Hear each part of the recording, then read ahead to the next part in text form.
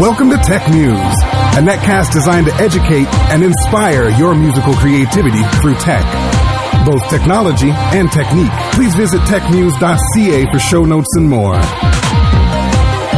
Follow us all over the internet at TechMuze Podcast. And as always, enjoy the show. Welcome back to episode 8 of the TechMuze podcast. Things are moving along at a nice, steady pace, and I'm starting to get my flow down with this thing. It's taken me a little while. You know, I'm new to this, so I'm kind of teaching myself as I go, not just the podcasting, but, you know, the website development and how to create and maintain a nice, consistent flow of interesting content and, you know, build a bit of an audience, build a bit of a community. It's all new to me, but I'm having a blast doing it. And I'm glad you're able to join me here once again for the podcast portion of the TechMuze experience. Lots of changes lately over at techmuse.ca. I'm hoping that you guys are visiting from time to time and staying up to date on what's happening over there. Because as I mentioned before, the podcast is really only a part of the whole TechMuse thing that I've got going on here. I'm hoping to pepper you guys with interesting and hopefully educational and informative content because it's what I like to do. I get a lot of pleasure out of the feedback that I get from people who've, you know, learned something from something I've said or posted, or, you know, they send me an audio clip of a mix that you've done that you think has been improved based on some stuff that you've learned over at techmuse.ca. And I really get off on that. And that's a large portion of the reason why I do this. This is not a money-making venture. I mean, it certainly isn't at the moment anyway. Who knows? Maybe some opportunities will present themselves down the road.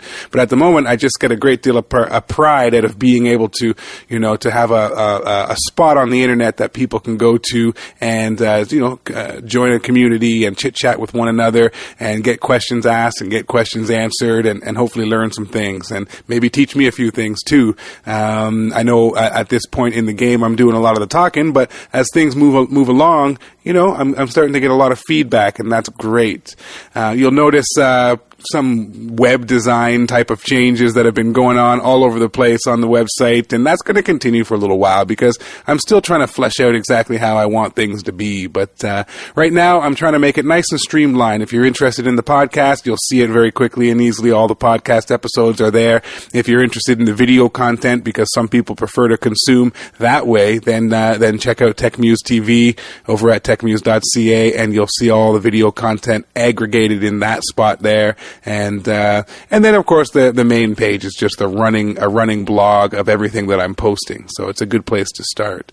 So check that out. And if you haven't already, subscribe to the mailing list. There's a big mailbox icon on the right hand side of techmuse.ca. Click on that and jot your name and your email in there, and that'll help you to stay up to date on everything that I'm posting, even if you don't typically visit the website, which is fine. But if I post something of interest, you will get it in your inbox, and you'll have the opportunity to check it out if you find it interesting. So jump on the mailing list. I highly encourage that, and subscribe to the podcast in iTunes, and that way it's automated and you can kind of set it and forget it, and you'll get the content as I dish it out.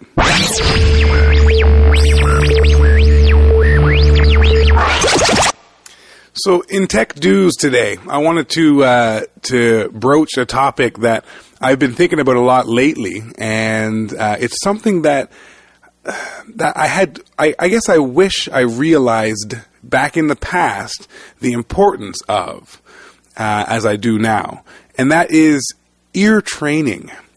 I mean, as mixers and as music creators and as instrumentalists and, whatever facet of the musical experience that you like to participate in.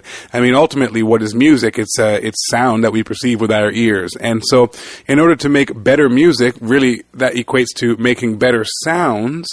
It's important to train the ear to recognize what the heck is a good sound. What is a better sound than the thing that I'm hearing right now? And especially as a mixer, I mean, what we work with when it comes to mixing audio are oftentimes very, very subtle differences between, what's decent and what's excellent. It's not always obvious. And especially when it comes to gear purchases. I mean, good Lord. I mean, the difference between two compressors is not a night and day thing. It's a very subtle thing. And if your ear is not attuned to those nuances, then you're basically making your gear selection based on what other people say, and even if you buy that new piece of gear based on the positive references and opinions of your peers and colleagues, you get it back into your studio. I mean, you'll probably have the psychological feeling of pride in this shiny new piece of gear. But honestly, once you get over that novelty, you got to ask yourself, do I hear the difference? Hopefully you do, and hopefully it's money well spent. But this is an extremely important thing that one should focus their attention and time on developing, and that is the ear. A critical ear is absolutely critical especially if you're mixing, but even, as a producer or a songwriter or, an instrumentalist or whatever it is that you do, the more critical and attuned your ear is, the more subtleties and nuances you'll be able to add into your own artistic expression. And this is something that, like I say, I've been thinking a lot about lately, but I never really realized the importance of, as I was getting into mixing and producing music and engineering recordings and so forth. And I think now that it's starting to dawn on me, the importance of it, it's not so much.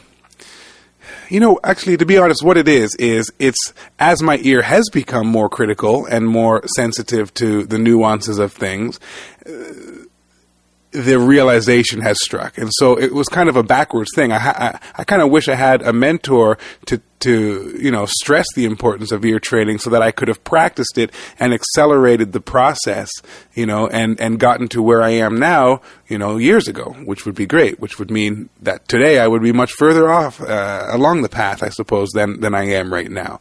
So anyway, what are some things that you can do in your own studio to develop your ear? I guess that's what I want to talk about a little bit today.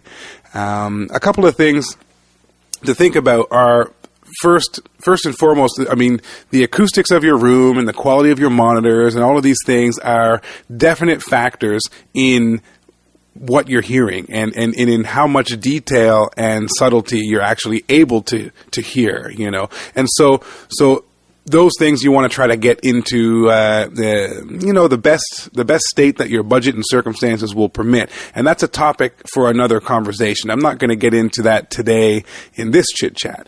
But let's assume that your monitors are decent, your room is reasonably treated, and you've got a good, fairly truthful and honest acoustic environment to monitor in. So what are some things that you can do, some exercises that you can participate in to actually accelerate the process of training your ear? Well, what I like to do, and what I do from time to time, is to pick a process. For example, EQ or compression. Or I normally use EQ and compression because those tend to be fairly subtle effects, especially when you compare one EQ to another EQ or one compressor to another compressor. The differences are very, very subtle oftentimes, but in a cumulative effect across the entire mix can add up to a completely different feel and sort of sonic signature to a mix or to a sound that you've been working on. So let's talk compression for a second. The way I like to do it is and it's great in this world of plugins because now you can actually have a whole bunch of compressors to choose from to A/B and to compare. In the analog days, and if you're an analog head.